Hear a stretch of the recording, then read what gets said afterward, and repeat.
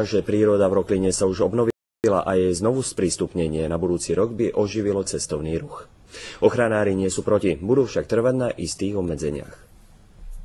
Bolo leto roku 1976. V Slovenskom raji bol celoštátny zrast turistov. Dodnes nikto nevie, kto oheň zapálil. V Rokline Kyseľ však za pár dní zhoreli desiatky hektárov vzácneho lesa. Došlo vlastne tu k zničeniu veľmi cenných spoločenstiev. Oheň v Rokline urobil zdanlivo nemožné. Pod jeho teplom praskali skaly. Roklinu hneď po požiari zatvorili. Bolo to kvôli bezpečnosti turistov, nebolo to z hľadiska ochrany prírody, boli tu demontované rebríky, tak aby tí ľudia nemohli sa tu pohybovať, aby nedošlo k úrazu. Skaly nad Roklinou sa totiž začali doslova rozpadávať a na miesto, kde by sa mali pohybovať turisti, padajú dodnes. To je jeden z dôvodov, prečo sú ochranári opatrní. Ďalším je fakt, že 33 rokov Roklina od ľudí odpočívala a príroda tu ukázala, čo dokáže. Toto miesto je teraz mimoriadne vzácne. Vzácna je vlastne preto, že je tu zachovaná tá biodiverzita. Človek tu dlhé roky nevstúpil. Z Rokliny Kyseľ sa stal prales, kde sú staré odumreté stromy, ale aj mladé porasty. Pre odborníkov a výskumníkov je to akoby učebnica. Ochranári nebudú proti jej sprístupneniu, majú však svoje podmienky. Že sa povedzme uzatvorí iná,